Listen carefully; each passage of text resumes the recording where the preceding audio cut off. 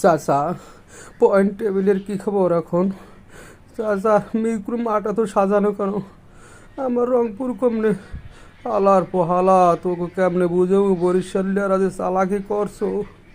কাকু কথা কার না কা বোঝেন কি রংপুর এবার কি বাস খাইবে না কাপ নেবে? হ্যাঁ কাকু, ঠক দিয়ে আছে ক্যাপতে মনে করো আর জিততে পারবো না। চাচা, না আমি বিশ্বাস করি না, এটা আমি বিশ্বাস করি না, এটা এটা কোনোভাবেই আমি বিশ্বাস করি না, কোনোভাবেই হইতে পারে না, আমি বিশ্বাস করি না। হ্যাঁ, হইতে পারে না। আমার রংপুর যদি ঠকে,